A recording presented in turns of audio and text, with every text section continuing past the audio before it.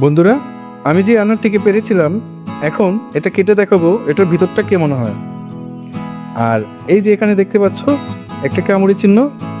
ওই যে আমার ছেলেকে বলেছিলাম যে একটা কামড় দাও বাবা, তখন ও একটা কামড় বসিয়ে দিয়েছিল। এখন আমি আপনাদের কেটে দেখাবো এটার ভিতরটা কেমন হয়।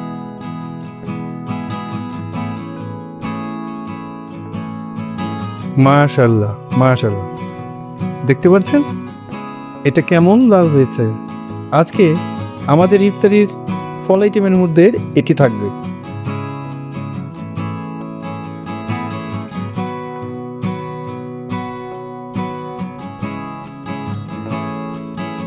মাশাআল্লাহ, দেখেন আমার থাই আনারটি কি পরিমাণ লাল হয়েছে। আসলে এটিকে লাল বলা যাবে না, এটা একেবারে খয়েরি হয়ে গেছে। আমার এই ভিডিওটি ভালো লাগলে আমার ইউটিউব চ্যানেলটিকে সাবস্ক্রাইব করে রাখুন, আমার সাথেই থাকুন।